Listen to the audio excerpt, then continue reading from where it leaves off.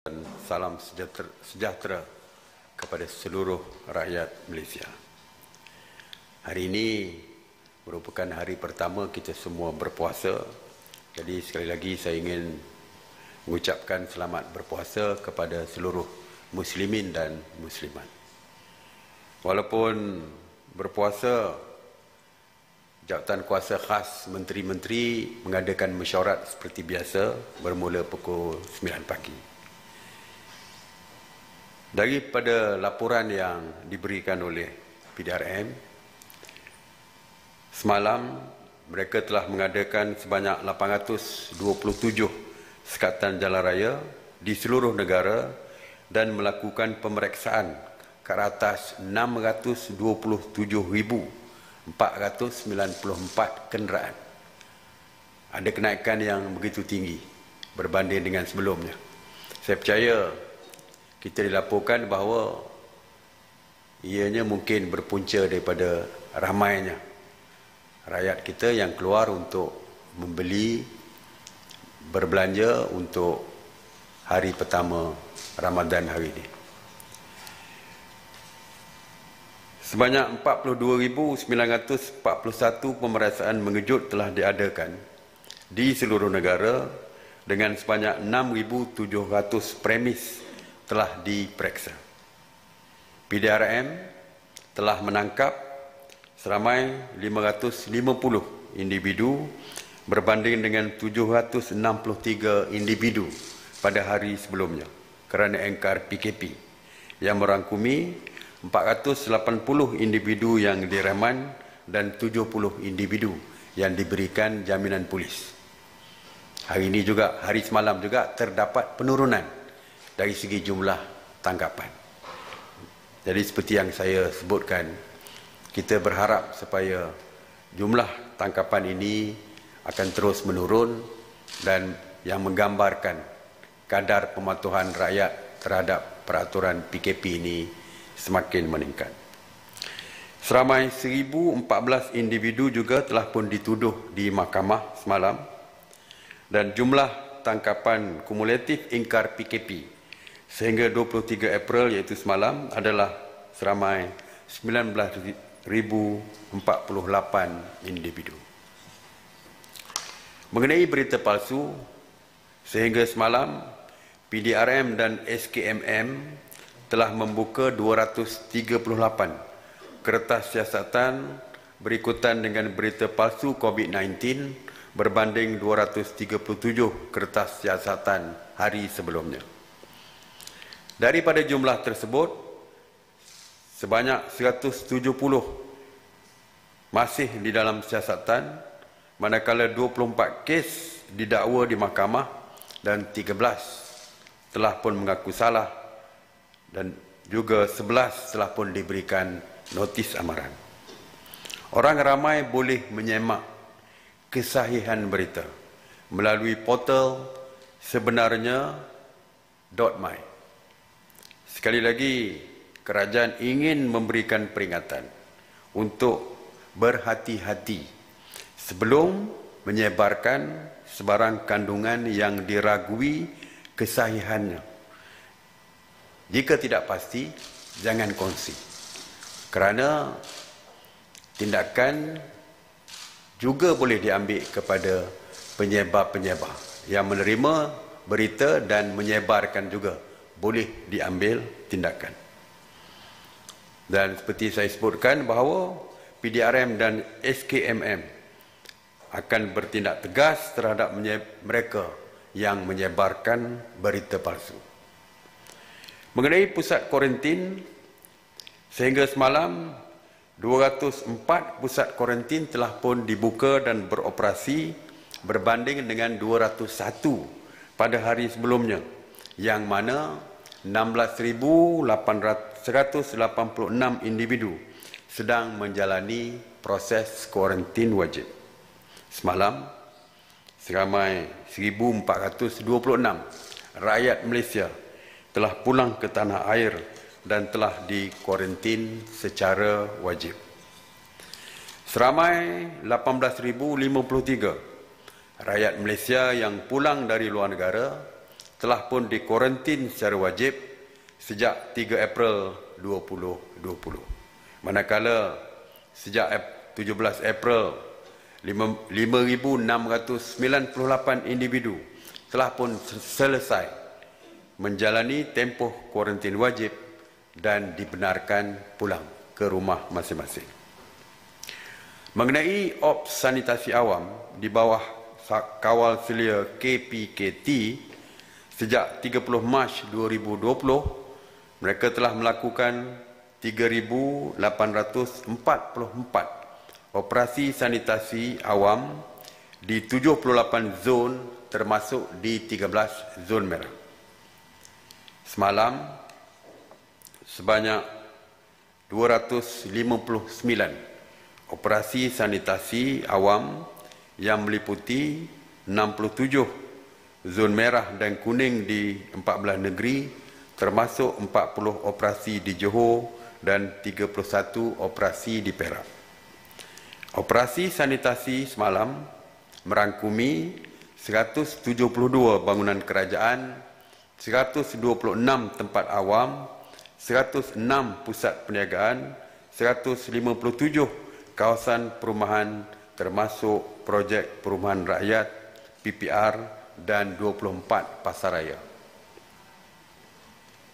Semalam, saya ingin maklumkan Penguatkuasa Kementerian Perdagangan Dalam Negeri dan Hal Ehwal Pengguna KPDN HEP telah membuat pemantauan harian 25 jenis bekalan di 970 pemeriksaan premis perniagaan, termasuk 753 peruncit, 168 pemborong dan 31 pengilang. Secara keseluruhannya, bekalan barang keperluan mencukupi dan mampu menampung keperluan dalam negara yang berterusan dan mudah diperolehi. Kementerian Pertanian dan Industri Makanan (MOA) juga memberikan jaminan barang makanan basah seperti sayur-sayuran, daging, ayam, telur juga lebih daripada mencukupi.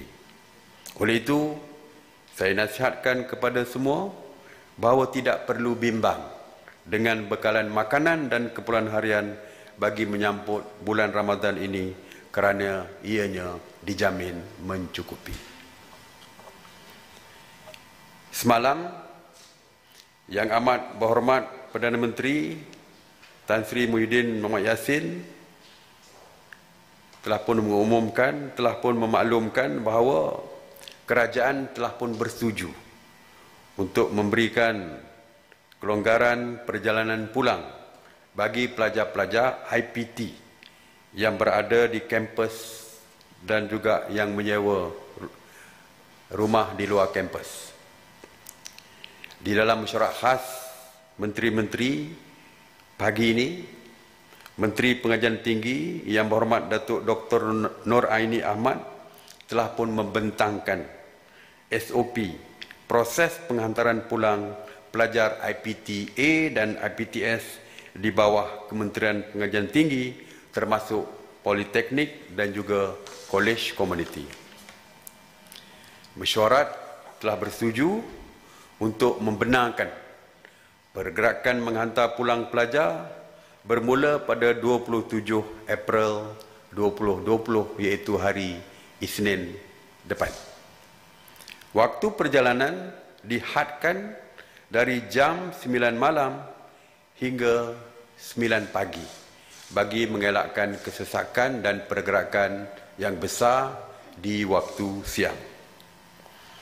Pergerakan hanya melibatkan pergerakan adalah secara berperingkat-peringkat dan ianya melibatkan perjalanan ke zon hijau sahaja. Pelajar yang terlibat, walaupun seperti saya maklumkan, oleh kerana pelajar ini berada di dalam kampus selama lebih daripada 1 bulan dan tidak ada gejala, mereka dianggap sebagai bersih dan selamat daripada jangkitan COVID-19. Walau bagaimanapun, kita juga mengarahkan supaya setiap pelajar yang ingin pulang perlu menjalani saringan gejala sebelum menaiki bas dan mereka akan dibekalkan dengan makanan dan topeng muka. Jadi kita akan cek dulu, walaupun kita tahu mereka tidak bergejala, tapi masih lagi kita akan mengadakan saringan gejala sebelum mereka berlepas pulang ke kampung mereka. Mereka yang menggunakan bas akan dihadkan dan dipastikan dari segi penjarakan sosial di dalam bas-bas mereka. Jadi kalau tempat duduk tu untuk 2 orang, hanya boleh digunakan oleh 1 orang saja. Jika bas tu adalah untuk 40 penumpang, hanya 20 penumpang saja yang boleh berada di dalam bas tersebut. Ini memastikan penjarakan sosial juga dijalankan sewaktu membawa pelajar-pelajar pulang ke kampung dengan bas-bas yang saya maksudkan. Pelajar-pelajar tersebut akan diambil daripada kampus mereka dengan bas dan dibawa terus ke daerah-daerah mereka dan dihantar secara terus ke balai-balai polis di daerah mereka dan juga ataupun pejabat daerah. Jadi direct daripada kampus terus ke daerah mereka, dihantar ke balai polis dan juga di pejabat-pejabat daerah. Dan daripada balai polis dan pejabat daerah, mereka kemudiannya akan dihantar ke rumah masing-masing oleh agensi-agensi kerajaan, termasuk frontliners di peringkat daerah yang saya telah pun sebutkan dalam beberapa PC yang lepas. Jadi bermakna mereka tidak ada ruang untuk pergi ke tempat lain daripada kampus ke balai polis dan dibawa terus hantar ke rumah masing-masing. Bagi pelajar-pelajar yang memiliki kenderaan sendiri, mereka dibenarkan memandu pulang dengan syarat perjalanan mereka tidak merentas negeri dan mereka hanya boleh memandu seorang sahaja untuk 1 kenderaan. Bermakna sebagai contoh, pelajar daripada Selangor yang berada di kampus di Selangor. Jadi mereka hanya boleh membawa pulang berkenderaan sendiri di negeri Selangor saja. Dan mereka tak boleh cross merentasi negeri yang lain. Jadi hanya boleh dibenarkan di dalam perjalanan di dalam negeri dan pemanduannya adalah sendiri, seorang diri saja, tidak boleh membawa penumpang dan sebagainya. Dan mereka juga jika ingin berkenderaan sendiri perlu mendapatkan kelulusan daripada pihak polis di balai polis yang berdekatan dengan tempat tinggal ataupun kampus mereka. Bagi pelajar-pelajar yang berhasrat untuk pulang ke Sabah ataupun Sarawak, dengan pulang ke negeri masing-masing akan disediakan dan pendaratan adalah di lapangan terbang yang berhampiran dengan kawasan tempat tinggal mereka. Dan seperti yang telah pun diputuskan oleh kerajaan negeri Sarawak dan Sabah, mana-mana penumpang yang datang daripada Semenanjung sekalipun, mereka akan dikuarantin. Jadi termasuklah pelajar-pelajar yang dihantar pulang juga akan dikuarantin wajib selama 14 hari. Unless, kecuali kerajaan mereka menukarkan SOP yang telah pun mereka tetapkan dulu. Proses pengantaran ini akan melibatkan sebanyak 85% daripada jumlah keseluruhan pelajar, dan iaitu sekitar 53,000 pelajar. Maknanya bukan semua pelajar akan pulang. Ada yang tidak berminat untuk pulang kerana mungkin mereka akan menduduki peperiksaan. Ada di kalangan mereka kerana mereka belajar secara online di universiti sekarang. Di kampung mereka mungkin tidak ada internet dan sebagainya, mereka tidak boleh mengulang kaji dan belajar secara online, jadi mereka berminat untuk terus tinggal di kampus. Terdapat 15% pelajar yang memilih untuk kekal tinggal di kampus ataupun kolej masing-masing. Dan bagi mereka yang terus tinggal di kampus, kita akan menanggung mereka seperti biasa. Dari segi makan, minum dan sebagainya akan terus ditanggung oleh kerajaan. Dan yang saya sebutkan tadi adalah pelajar-pelajar di bawah KPT, Kementerian Pengajian Tinggi. Saya sebutkan tadi termasuk politeknik, kolej komuniti dan sebagainya. Seperti kita tahu, pelajar-pelajar IPT ada di bawah kementerian-kementerian lain. Sebagai contoh, UniKL misalnya, dia pelajar di bawah Kementerian Pembangunan Luar Bandar dan Wilayah.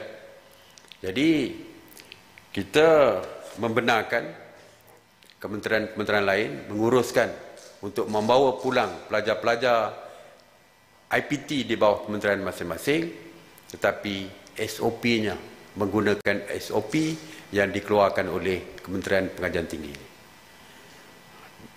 Dan untuk pengumuman yang lebih detail dari segi pergerakan, bila, time, zon mana yang dahulu ke utara, selatan dan sebagainya, saya percaya KPT akan membuat pengumuman tentang perkara yang lebih detail. Jadi kita tunggu pengumuman daripada KPT, Kementerian Pengajian Tinggi, untuk perjalanan yang lebih detail untuk pelajar-pelajar yang akan pulang ke kampung nanti. Jadi itu saja untuk hari ini. Terima kasih sekali lagi. Seruan saya seperti biasa, terus kekal di rumah demi keselamatan diri, keluarga dan masyarakat. Stay home, stay safe. Terima kasih. Saya buka kepada soalan. Assalamualaikum Datuk Seri, saya Syamsiah Bernama.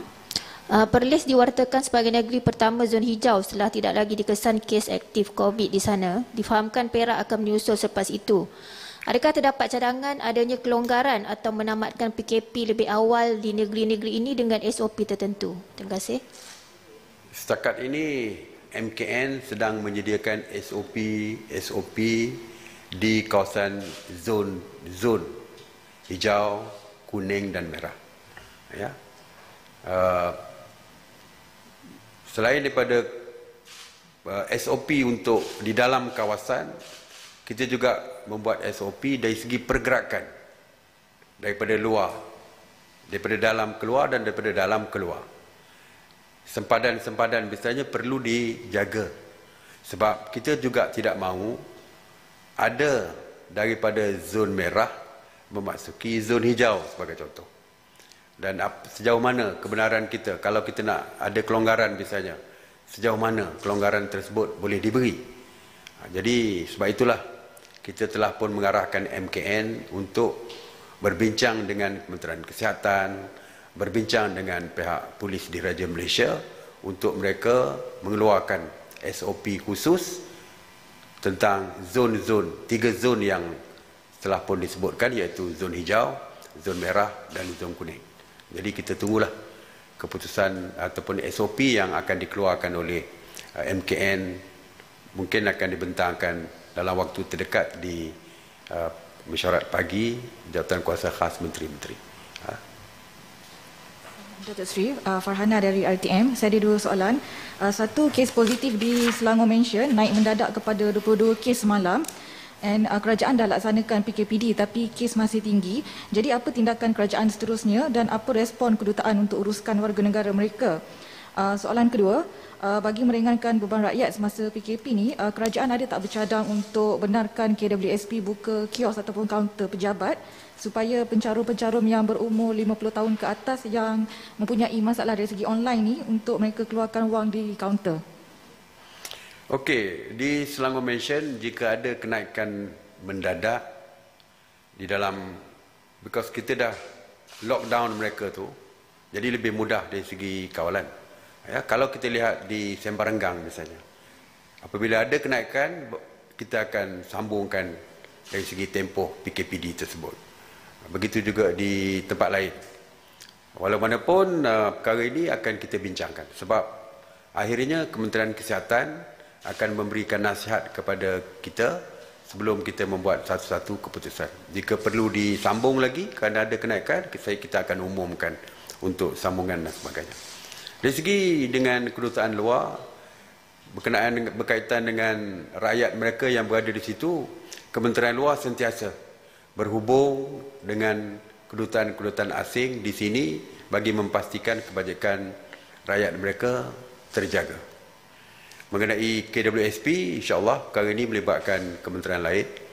Kita akan bincangkan di dalam mesyuarat pagi kerana wakil MOF sentiasa ada, sama ada Timbalan Menteri ataupun KSP, KSU dan KSP ataupun wakil-wakil daripada Kementerian Keuangan ada sewaktu mesyuarat pagi, jadi kita akan bincangkan perkara ini. Assalamualaikum Datuk Seri, saya Hasnah daripada Bernama. Soalan pertama saya berkaitan dengan kepulangan pelajar ke kediaman masing-masing. Pertama, siapa yang menanggung kos keseluruhan? Dan yang kedua berhubung dengan bantuan bakul makanan, di mana ada ahli Parlimen Pembangkang yang mendakwa mereka didiskriminasi. Ada antara mereka yang kata bantuan bakul makanan tu masih tidak diagihkan walaupun setelah 2 minggu. Ada yang kata masih tak dapat lagi bakul makanan, dan ada juga yang kata dapat kurang daripada yang dijanjikan, iaitu 1,000. So mungkin ada komen sikit. Untuk kepulangan pelajar daripada kampus ke kampung halaman masing-masing, ianya ditanggung sepenuhnya oleh kerajaan. Dan yang kedua tentang bakul makanan. Sebenarnya isu yang dibangkitkan adalah jumlah yang tidak mencukupi. Kononnya sepatutnya 100, yang dilaporkan ada RM35 saja. Itu ada beberapa individu tertentu yang membuat posting di dalam media sosial masing-masing. Pagi tadi Yang Berhormat Menteri Pembangunan Wanita telah pun memaklumkan kepada mesyuarat bahawa seperti sedia maklum bahawa pusat-pusat pengumpulan makanan oleh JKN itu juga menerima penghantaran daripada NGO dan sebagainya. Ya, NGO dan sebagainya. Dan kita tidak menetapkan kepada NGO untuk memberikan sumbangan dari segi jumlah kosnya. Mereka boleh beri RM30 pun boleh, RM50 pun boleh, RM70 pun boleh, RM100 pun boleh, RM200 pun boleh, terserah kepada NGO yang berkaitan. Jadi kita dimaklumkan oleh Menteri Pembangunan Wanita bahawa itu bukanlah bakul daripada Jabatan Kebajikan Masyarakat. Datuk Seri, saya Liana daripada Bernama TV.